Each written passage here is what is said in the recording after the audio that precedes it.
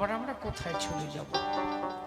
এই ভাবনাটা যদি একবার জন্মায় তাহলে মানুষের মধ্যে আত্ম অহংকার থাকে, আমি কোথা থেকে এসেছি, আবার যে কোনো মুহূর্তে আমাকে চলে যেতে হতে পারে। আমি এখানে এসেছি, বাড়ি যেতেও পারি, আবার নাও ফিরে যেতে পারি, একমাত্র দীনবন্ধু জানে। বাবু অমূল্য রতন সরকার তাই বললেন, আগে তুমি নিজেকে জানো, তুমি কি ও বোঝো রে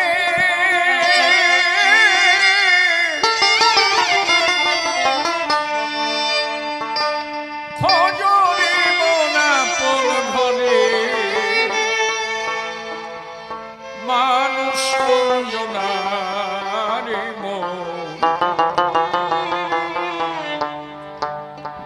মানুষ কঞ্জনা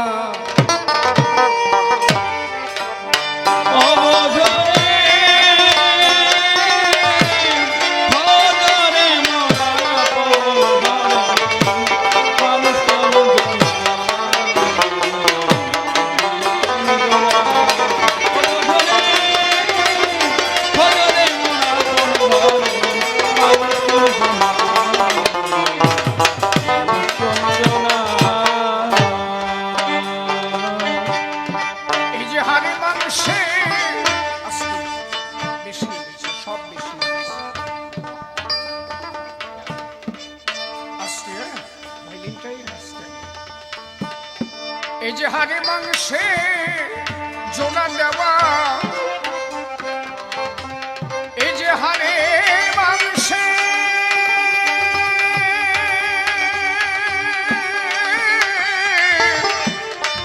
হাড়ে মাংসে জোড়া দেওয়া, হাই কি মজার ঘর খানা মানুষ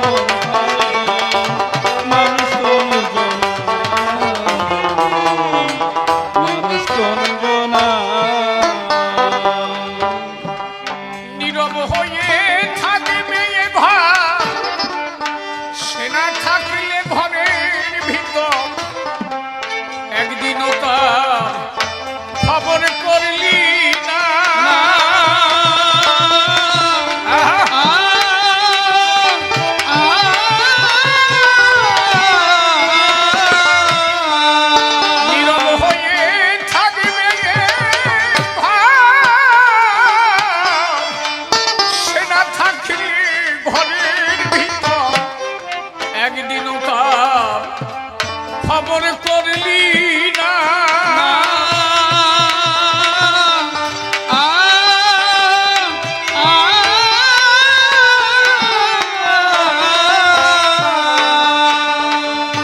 সে যে নড়ে চলে যখন তখন ওরে নড়ে চলে,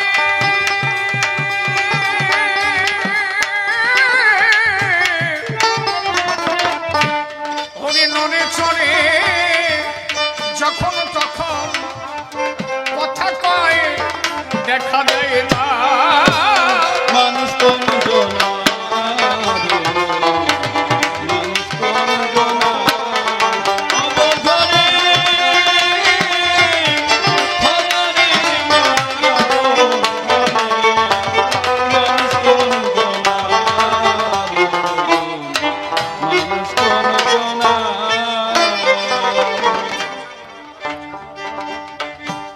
দেখা যায়, সে কথা কয় কিন্তু দেখা যায়।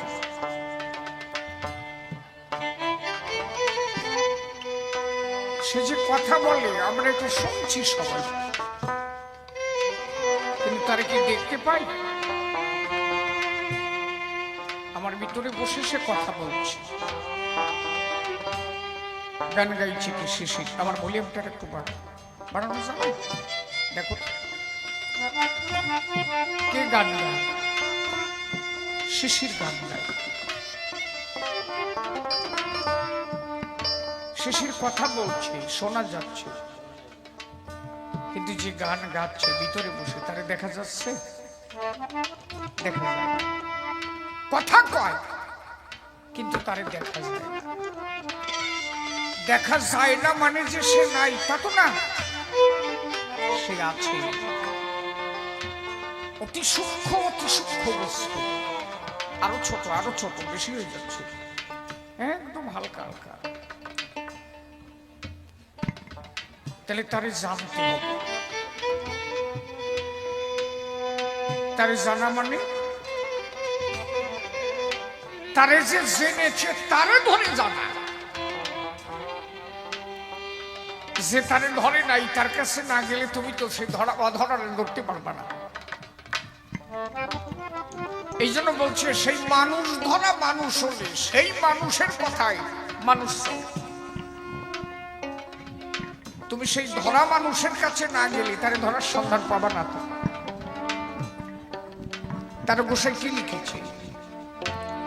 সেই মানুষ হাওয়া ভরে এই ঘরে বিরাজ করে, ঘর বিধি সব তালা মোনা ভাই দেখ নাচে ভবে খেলা।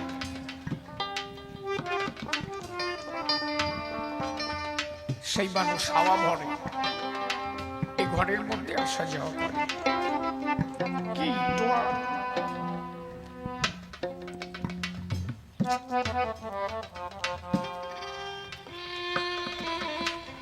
তাহলে হাওয়া ভরে সেই মানুষ আসা যাওয়া করছে। তুমি একজন জানা মানুষের কাছে গিয়ে তারে ধরো। যেমন লালন ফকির লিখলেন, আমার বাড়ির পাশে আরশিনগর, সেটাই এক পড়শি বসত করে, আমি একদিনও না চিনিলাম তারে, কি দেখিলাম। তাহলে আমার আরশিনগরে সেই মানুষ আসা যাওয়া করে, আমি দেখি নাই তারে। জ্বরের ভিতরে জীবের উৎপত্তি কয়জন বুঝিতে পারে? পরিবেশ পরিস্থিতি পেলে তখন ওই জড় থেকে একটা প্রাণের সঞ্চার হয়।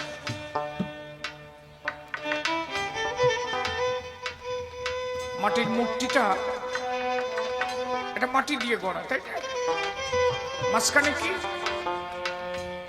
কয়টা বাঁশের টেক্সচার বড়া, বিচুলি দিয়ে খড়কুটো দিয়ে মারা, উপর দিয়ে মাটি দিয়ে লেপন করে। তাহলে এটা একটা জড় বস্তু, তাই তো?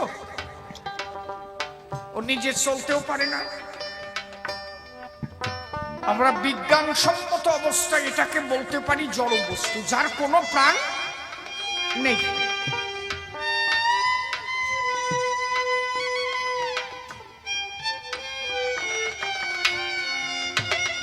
তাহলে যার কোনো প্রাণ নেই, সে চলতে পারে না, কথা বলতে পারে না। আমার থেকে বেশি হয়ে যাচ্ছে, ভাইলিনটা কম করো না। এই যে আপনাকে এখনই যদি একটা বীজ তুলে দিই আপনার হাতে, কোন একটা বীজ, একটা কুমড়োর বীজ আপনার হাতে দিয়ে দিই, এই বীজটা কি? জড় বস্তু। ছেলে মানে ও নিজে না চলতে পারছে না, ওর মধ্যে কোনো প্রাণ আছে, জড় বস্তু তো। কিন্তু ওই জ্বরের মধ্যেও প্রাণ আছে। কখন? যখন ওই জড় বস্তুটাকে এমন কোন একটা জায়গায় পঞ্চভূতের পরিবেশে যদি সুন্দরভাবে তাকে রোপণ করা হয়, ওই জড় বস্তু থেকে একটা প্রাণ সঞ্চারিত হবে। কিন্তু যতদিন আটি অবস্থায় আপনার হাতে থাকবে কি কোনো পাথরের উপরে থাকবে, আপনার মনে হবে ও চলতেও পারে না, ও কথাও বলতে পারে না, ও জড় বস্তু। কিন্তু ওই বীজটাকে যদি আপনি মাটিতে লাগাই দেন, যখন পঞ্চভূত সহকারে পাবে, একটা সময় ওই বীজের থেকে একটা বৃক্ষ অঙ্কুরোদ্গম ঘটবে। আস্তে আস্তে ওই বৃক্ষটা বৃহৎ থেকে বৃহত্তর হতে পারে। এমনকি সূক্ষ্ম অতি সূক্ষ্ম একটা বীজ থেকে একটা বট বৃক্ষ কয়েকশো বিঘা জমি ঘিরে নিতে পারে। তাহলে পরিবেশ যদি তেমন পায়, জ্বরের মধ্যে প্রাণ সঞ্চার হয়। কিন্তু সেই পরিবেশটা পাওয়ার প্রয়োজন। মাটির মূর্তিও কথা কয়, মাটির মূর্তি কথা বলে, সেটা একমাত্র প্রেম এবং ভক্তির বলে। প্রেম আর ভক্তি না হলে তারে কথা বলানো যায় না। শ্রী শ্রী হরিলীলামৃত গ্রন্থ পড়ে ডাকবেন শ্রীমৎ স্বামী তারক গোসাই। যেদিন বেথুরিয়া গেল, হীরামন পাগল দুর্গা প্রতিমার কাছে গিয়ে বলছে, মা কতদিন তোরে দেখি না, একটু দুধ দিবি, খাবো। অল্প দুধ দে। যে ব্রাহ্মণ পুজো দিচ্ছে ওই ব্রাহ্মণ বলছে, ওই যে পাগল আসতেছে, মূর্তি ভেঙে যাবে তো, পাগলকে সরিয়ে দেওয়া হোক, মূর্তি ভেঙে বেরোবে। তখনকার দিনে এক ট্যাক্সারে পুজো হতো, লক্ষ্মী দুর্গা গণেশ সরস্বতী না, একটা ট্যাক্সারে। পাগলের আশা দেখে, ভক্তের আশা দেখে, একজন সন্তানের আশা দেখে মা ট্যাক্সার সামনের দিকে এগিয়ে আসে। ব্রাহ্মণ ভাবছে এইরকমও হয়। যে ব্রাহ্মণ পুজো দিচ্ছে সেও জানে মাটির মূর্তি কথা বলে না, ভেঙে যাবে। আর পাগল বলে, তুই সরে দাঁড়া, আমি কতদিন মায়ের দুগ্ধ খাই না, একটু মায়ের দুধ খাবো। ওই মাটির ট্যাক্সারের সামনে গিয়ে গায়ের থেকে আঁচলখানা ফেলে দিয়ে ব্লাউজটা খুলে নিয়ে মায়ের দিকে তাকায় বলছে একদম আপন করে, তুমি যদি তারে মাটি ভাবো তাহলে তোমার কাছে মাটি, আর তুমি যদি তারে খাঁটি ভাবো তাহলে তোমার কাছে খাঁটি। খাঁটি ভাবতে হবে তো। যে ব্রাহ্মণ পুজো দিচ্ছে সে জানে প্রসাদ খায় না, কিন্তু আমার হীরামন জানে মা কথা বলে, মাও প্রসাদ খায়, মাও দুধ দেয়। যদি সন্তান তেমন ভাবে মার কাছে চায়, মায়ের দিকে তাকায় বলছো, মা একটু দুধ দে না, সেই ক্ষেত্রে তার যুগে করে রেখেছিলাম, কতদিন তোর সাথে আমার দেখা নাই, একটু দুধ দে মা, তোর ওই দুধ খাইয়ে জীবন ধন্য করি মা। ওই স্তনে মুখ লাগাইয়ে হীরামন পাগলা দিয়েছে টান। হাজার হাজার ভক্ত ছিল, ব্রাহ্মণ বারে বারে ডাক দিয়ে বলল, ভেঙে যাবে মাটির মূর্তি খান। দেখে বলে পাগল, হীরামন চুপ কর শয়তান, ভক্তি থাকলে মাও দুধ দেয়, আমি তোরে দেখাবো এখন। নিজের মুখখানা চেপে ধরে যখন মাটির মূর্তির স্তনের পরে মা মা বলে ডাক দিয়ে যেই দিয়েছে টান, হাজার হাজার ভক্ত ছিল, সবাই সেদিন দেখতে পেল মাটির মূর্তি থেকে দুধ বের হয়েছিল। একবার প্রেমানন্দে ভক্ত বিঘ্ন হল।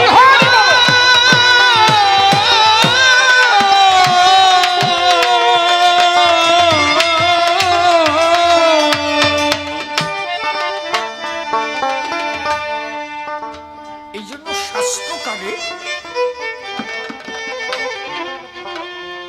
আমরা যা দেখেছি শাস্ত্রের ভিতরে, জ্ঞানযোগ ভক্তি তিন সাধনার বসে, ব্রহ্ম আত্মা ভগবান ত্রিবিধ প্রকাশে। জ্ঞানী যারা ব্রহ্মের উপাসনা করে, তারা জানে ঈশ্বর নিরাকার, নির্গুণ ব্রহ্ম নিরাকার, সে কখনো সাকারে আসতে পারে না। যারা জ্ঞানী, আচ্ছা তারে যদি সর্বশক্তিমান বলা হয়, সে সর্বশক্তিমান, তার উপরে কোনো শক্তি নাই, তাহলে সে তো যে কোনো সময় যে কোনো ভাব নিতে পারে নাকি? সর্বশক্তিমান হবে কি করে? তাহলে তো একটা শক্তি তার কম থাকে, যে সে যখন তখন যা কিছু হতে পারে না, এই শক্তিটা কম থেকে যায়, তাহলে তারে সর্বশক্তিমান তো বলা যায় না। তিনি সর্বশক্তিমান। এই জন্য অশ্বিনী গোসাই লিখেছিলেন, সে কখন সাকার হয় নিরাকার, আ ব্রহ্ম ব্রহ্ম জ্যোতির্ময়, কি ধনে তু শিব গুরু দিবা নিশি ভাবি হৃদয়। আছে না? কখনো সাকার হতে পারে, আবার কখনো নিরাকার হতে পারে। টুনটুনি পাখি বেদব্যাস নবলক্ষ গ্রন্থ রচিত করে বেদব্যাসের আত্ম অহংকার জন্মেছে যে আমি এত গ্রন্থ লিখেছি, আমি ঈশ্বরের বিভূতি লিখে সব শেষ করে দিয়েছি, আর কিছু বাকি নেই। ঈশ্বর সব সহ্য করতে পারে, ভক্তের অহংকার সহ্য করতে পারে না। এত হাজার হাজার প্রমাণ আছে।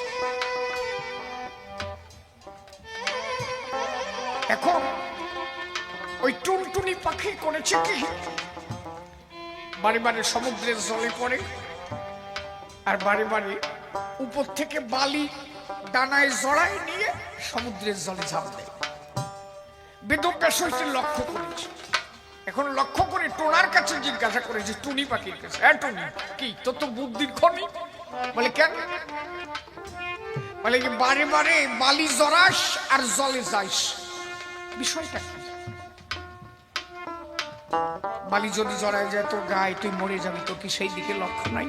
হ্যাঁ টুনি বলে তাই আমার লক্ষ্য, আমি একদিন এই অতুল সাগর বাদ দেব, এই জন্য বালি সমুদ্রে ফেলাই। ব্যাসদেব বলে তাই শালা টুনি, তোর বুদ্ধির খনি। এই তুই যেটুকু বালি নিয়ে সমুদ্রে দিস, ওই জায়গায় থাকে, কোন জায়গায় চলে যায়?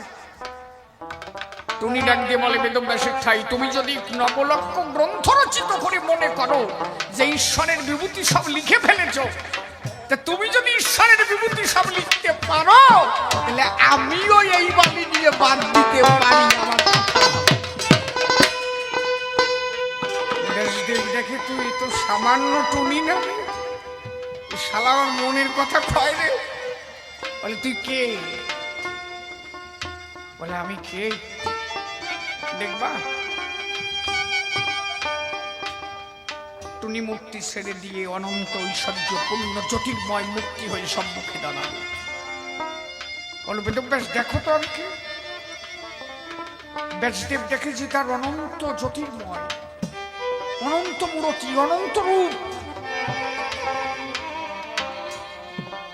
কে তুমি? বলে তুমি যে লিখে ফেলেছ সব, তুমি তো সব লিখেছ। বেদব্যাস বললেন, আমি বুঝতে পেরেছি আমার ভুল হয়েছে, আমি বুঝতে পেরেছি সমুদ্রের সমস্ত জল যদি কালি হয়, গাছের সমস্ত ডাল যদি কলম হয়, তথাপিও ঈশ্বরের বিভূতি লিখে শেষ করা যায় না। তুমি যে অনন্তময়, তোমার বিভূতি শেষ করা যায় না। তুমি অনন্তময়, তুমি অনন্তময়।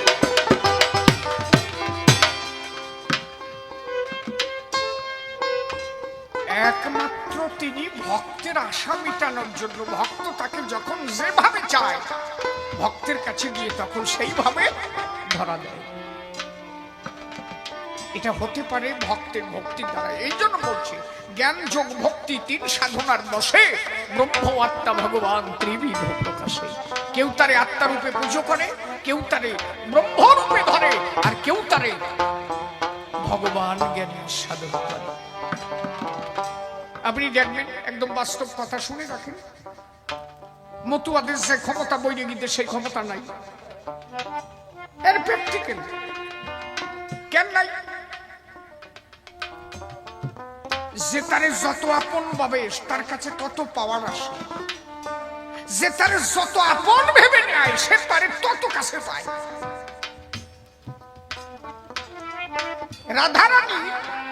রাধারানী প্রসাদ রন্ধন করে নিজে খেয়ে খাওয়াইছে, আর কেউ পারে না।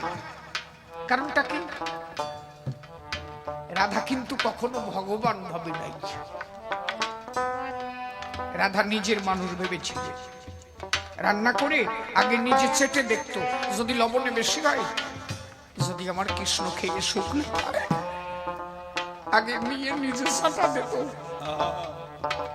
ললিতা বলছে, রাধা রে তুই খাস কেন, এটো হয়ে যায়। বলে আমার কাছে তো এটো জ্ঞান নাই রে। ছেলে যখন, মা যখন ছেলে খাওয়ায়, আগে মা চেটে দেখে, তখন কি মায়ের কাছে এটো জ্ঞান থাকে? মা দেখে লবণে বেশি হলে ছেলে ভালো খাবে না। আমি তেমনি গোবিন্দ সেবা দিই, যদি ভালো না হয় আমার গোবিন্দ ভালো খাবে না। তাহলে তুমি যদি একান্ত আপন না ভাবো, সেও তো তোমার আপন হবে না। তাহলে আগে একান্ত আপন ভাবো। একজন বৈরাগীকে কোনদিন শুনেছ বলেছে, বাবা কৃষ্ণ বাবা, হে মহাপ্রভু বাবা, বাবা কইছে? কোন বৈরাগী কোনদিন কৃষ্ণরে বাবা কয় দেখছো? আছে জায়গাকে কেন কাউ না? উনি জানে ও ভগবান কৃষ্ণ অনেক দূরের ব্যাপার, বহু দূরের বিষয় নাকি? হে মহাপ্রভু, বহু দূরের বিষয়। একজন মতুয়া খালি হরিচান কয়, কোনদিন কয় দেখবা শালা রাস্তায় দেখা হবে, ফুল বাজারে দেখা হবে, ঠাকুরনগর স্টেশনে দেখা হবে, রাস্তায় দাঁড়ায় থাকবো। আমি তো এখানে ওখানে যাই, দাঁড়ায় থাকি, আসার মালা গলায় নিয়ে আরে প্রণাম দেওয়ার সময় কয়েছে বাবা হরিচান বাবা তুমি বাবা, ওই বাবা কইয়েই চৈজল ছেড়ে দেয়। কারণ ওই মতুয়া জানে আমারে যে জন্ম দিয়েছে সে এক বাবা, আর এ আমার আর এক বাবা, যে বাবা আমার জগতে রেখেছে ধরে, যে বাবা আমার বাঁচাই রেখেছে, যে বাবা স্বয়ং ভগবান, সে আমার বাবা ছাড়া।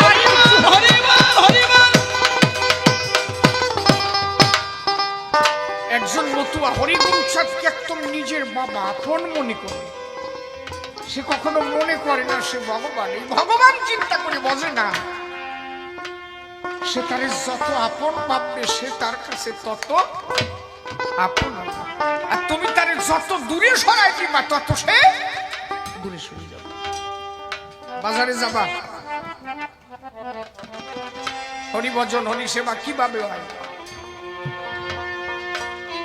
আমাদের সেই সেবা হয় না কেন? কারণটা কি? আসতে আমাদের সে সেবা হয় না। আমরা বাজারে যাবো, যাই দেখবো যে ফলের মধ্যে কোমা কোমা, ওই কোমা ফলটা আমি নেব। আজকে হরিসভা আছে তো ওই মাল দিয়ে চালাই দেবা নিচে। আচ্ছা ওই ফলটা যদি আমার বাবার জন্য কিন্তু, তো নিজের বাবার জন্য কিনতে পারতাম আমি? কেন পারতাম না? বাবা খাবে, পোকা ফল নেওয়া যাবে না যদি বাবার শরীর অসুবিধা করে, তাই তো? কিন্তু ভগবানের জন্য নিয়েছি, কেন আমি জানি ও খাবে না, ও খালি গেল দিয়ে ধোবা নিয়ে ভক্তরা খাই আটা ধরে কোমা মাল নিয়েছি, 5 পয়সার নকুল দানা নিয়ে চলে আসছি, খাবে না। তাহলে তুমি তারে আপন ভাবতে পারো না। তুমি যদি তোমার নিজের বাবার মতো তারে ভাবতে, তাহলে বাজারের সেরা ফলটা তোমার বাবার জন্য যেমন কিনেছো তার জন্য নিতে, যে এই ফলটা আমার বাবা খাবে আমি তার জন্য। তার মানে কি? ঈশ্বরকে জানতে গেলে আগে 3টে বস্তু প্রধান ভাবে করতে হবে। ওই আল্লাহদের ঠেলা পুজো দিলাম, আমি মার পুজো আজকে দিচ্ছি মানে মারে পেয়ে গেছি না, কিছু জানি। পরিপূর্ণ আত্মবিশ্বাস, পরিপূর্ণ ভক্তি, আর পরিপূর্ণ ভাবে আত্মসমর্পণ। পূর্ণ আত্মসমর্পণ, পূর্ণ আত্মসমর্পণ, পূর্ণ বিশ্বাস আর পূর্ণভাবে ভক্তি। এই 3টের একটাও যদি একটু কম থাকে তার দ্বারা আর ঈশ্বর প্রাপ্তি হয় না। এই জন্য দেখবা হরিসঙ্গীতের প্রায় গানেই লেখা আছে এবার অশ্বিনী থাক জানতে মরি, লেখা আছে না? এই জানতে মরার কথা কেন কইছে? মানুষ যেমন মারা যায়,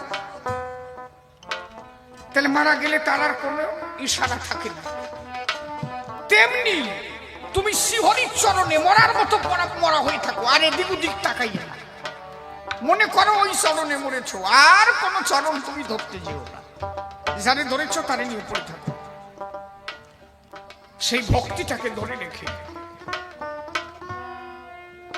অনন্ত যন্ত্রণা তোমার ভিতরে, অনন্ত ব্যথা, অনন্ত বেদনা, তোমার এত যন্ত্রণা হচ্ছে, সঙ্গে সঙ্গে তুমি ডাক্তারের কাছে চলে যাবা, ঈশ্বর প্রাপ্তি হবে? তোমার হবে না। তুমি দিন মনে ঠাকুরে ডাকতেছো, বাবা তুমি বিনে বান্ধব নাই, তুমি বিনে বান্ধব নাই, যেই পেটে ব্যথা চাপ দিছে, এইবার ডাক্তার গেল কোন জায়গায়, ডাক্তার গেল কোন জায়গায়? তাহলে তোমার তো পূর্ণ বিশ্বাস নাই। ব্যথা উঠেছে দেখো কত দূর যায়, তুমি তো দিন মনে পুজো দিলে তারে তোমার ব্যথা উঠবে কেন ঘাড়ে? হয়তো সে টেস্ট করে কত সময় রাখতে পারে আমারে মনে ধরিয়ে, তুমি সেই বিশ্বাসের জায়গা ধরে রাখতে পারো না, তুমি সঙ্গে সঙ্গে ডাক্তারের কাছে গিয়ে ওষুধ খেলে। তার মানে কি? তুমি বুঝতে পারলে যে কাজ হবে না, ওষুধ খাই, তাহলে ভগবান ভগবান নাই। তাহলে পূর্ণ বিশ্বাস তোমার এখনো জন্মায় নাই। বোঝা যাচ্ছে আমার নাকি? তারা কি সহজে পায় নাকি? মানুষ কোন সময় পায় না? শ্মশানে যেয়ে বসে আছে তার গোসাই হীরামন পাগলা, পাগল বিচরণ, ভয় ডর কিচ্ছু নাই। কেন নাই?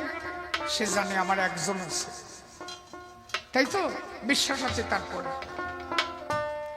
নদীর কূলে এসে তিনজন দাঁড়াইছে। যে একদম সর্বছোট তাও 14 হাত, তিনজনের মধ্যে যে একদম ছোট সেইটা 14 হাত।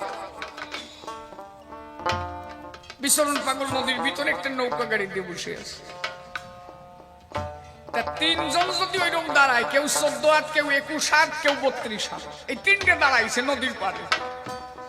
আমি তুমি হলি কি আর মানে বিশ্বাস টিশ্বাস ফাঁসার মধ্যে ঢুকে যাবে না, সিসান দিয়ে বাড়ি চলে যাবো না নাকি? বিশ্বাস করে বিশ্বাস, ও বিশ্বাস ওই সবাই মরে যাবে। বিচরণ পাগল ওখান থেকে বলছে, কে তোমরা? বিশ্বাস আছে তো, জানি ও তিনজনে আমার কিছু করতে পারবে না। আমি যার দাস, আমার ঠাকুর আমার কাছে আছে, এই বিশ্বাসটা তোমার থাকা দরকার তো। বলছে, কে বিচরণ নাকি? বলে হ্যাঁ। বলে আমাকে একটু পার করা যায়? বলে যে চেহারা ধরবে নাই নাই। বলে আমার একটা ভাঙা নৌকা, এতে কি নেওয়া যায়? ওই একজন উঠলি ডুবে যাবে। বলছে কোনোভাবে পার করা যায় না? বিচরণ করে যেভাবে ধরে তাই যদি হইয়া আসো তাহলে বসো আমার দাঁড়াই। শরীরে ভয় আছে, কেন? বিশ্বাস আছে। কি? যে আমার একজন আছে, আমার গুরু ছাড়া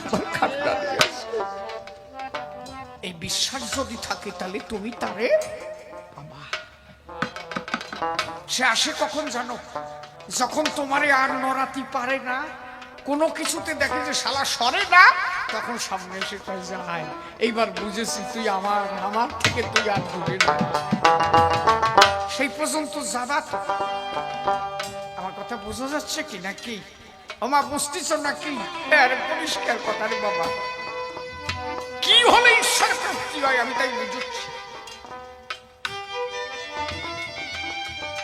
ভক্তিটা কেমন? হরি বলা মাত্র তার চোখে জল।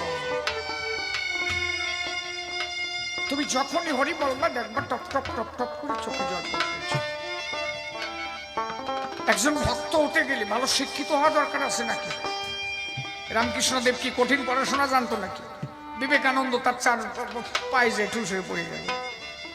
হীরামন পাগলা কি জম্বের পড়াশোনা জানতো নাকি? কিছু জানতো না। পরম ভক্ত।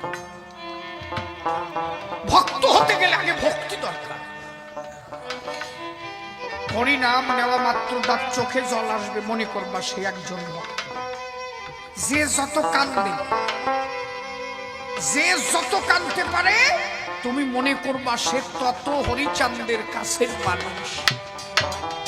কান্না কি এত সহজে আসে না? কিন্তু কান্দতে দেখা হবে। তুমি যারে ভালোবাসো নাই তার জন্য তোমার চোখে জল কোনোদিন আসবে না। যে যারে যত বেশি ভালোবাসে সে তার জন্য তত কান্না আসে।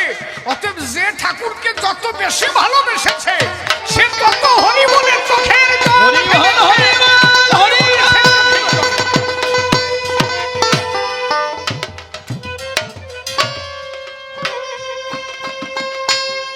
এই জন্য শ্রী গোসাই বলতো, যে পারে কাঁদতে সে পারে জানতে, যার কান্না নাই তার হরি নাই।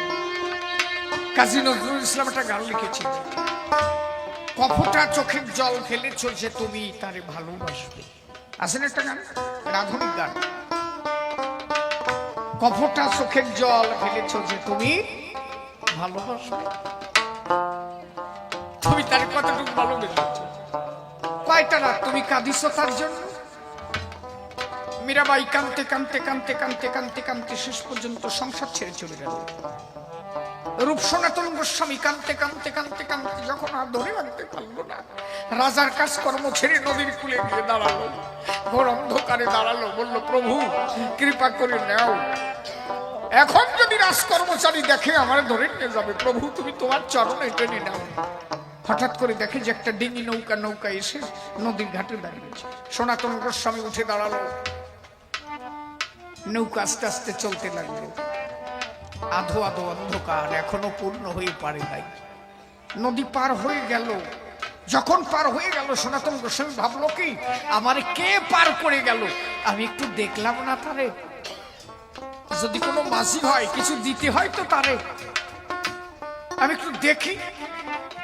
সনাতন গোস্বামী পিছন ফিরে দেখলো, তাই কোনো মাঝিও নয়, কোনো নৌকাও নয়, দেখে যে একটা কুম্ভীর এসে একজন ভক্তকে পার করে নিয়ে যায়। একজন হরি ভক্ত কৃষ্ণ ভক্ত হলে তাহলে কুম্ভীরও পার করে।